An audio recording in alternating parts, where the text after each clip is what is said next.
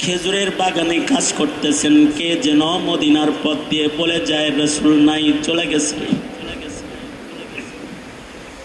সরওয়ারে দু আলম নবী ওফাত হয়ে গেছে রে। খবরটা শোনার সাথে সাথে আব্দুল্লাহ বিন যায়েদ বিন আব্দুর রাব্বি খেজুরের বাগানে আল্লাহ পাককে ডেকে বলে, ওগো আল্লাহ, আমার এই চোখ দুইটা, যে চোখ দিয়া পৃথিবীর সবচেয়ে দামি নিয়ামত মুহাম্মাদুর রাসূলুল্লাহ সাল্লাল্লাহু আলাইহি ওয়াসাল্লামকে আমি দেখি, ওগো আল্লাহ, এই চোখ দিয়া যেহেতু আমার সরকার, আমার সরদার মুহাম্মাদুর রাসূলুল্লাহ সাল্লাল্লাহু আলাইহি ওয়াসাল্লামকে দেখা যাবে না, ওগো আল্লাহ, এ চোখ আমি তোমার কাছে আর চাই না, এটা লয়ে যাও গা। যে চোখ দিয়া রাসূল দেখা যাবে না, এই চোখ দিয়া দুনিয়ার আর কোন নাজ নিয়ামত দেখতে চাই না। এবং দোয়াটা এমন দোয়ায়ে মুস্তাজাব, এমন ভাবে উনি দোয়া করেছেন, এক দিক দিয়া দোয়া শেষ হইছে, আর এক দিক দিয়া আল্লাহ তাআলা ওনার চক্ষু দুইটাকে অন্ধ করে দৃষ্টিশক্তি নিয়ে গেছে।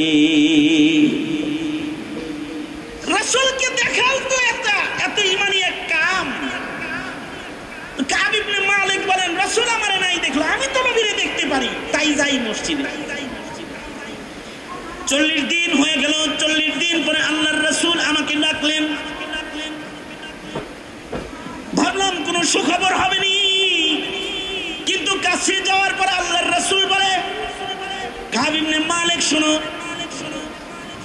এতদিন পর্যন্ত তোমার বিবি 40 দিন তোমার সাথে কথা বলেছে, আজ থেকে বিধান আরো কঠিন হয়ে গেল। নিজের বিবিকে তাড়াতাড়ি বাবার বাড়ি পাঠায় দাও, একা থাকবা। কাব ইবনে মালিক বলে, এতদিন পর্যন্ত দুঃখের কথা বলার মতো একজন ঘরে ঘরণী আমার ছিল, কিন্তু আজকে সেও নেই।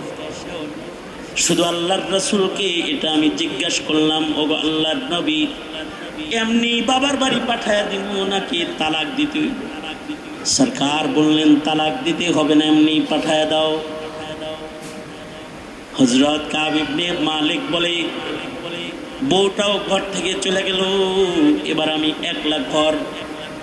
কাব ইবনে মালিক বলে, আমার টেনশন হলো, এখন যদি আমার মৃত্যু হয়ে যায়, আমার মরণের খবর বলার জন্য, শোনার জন্য একটা মানুষ মদিনায়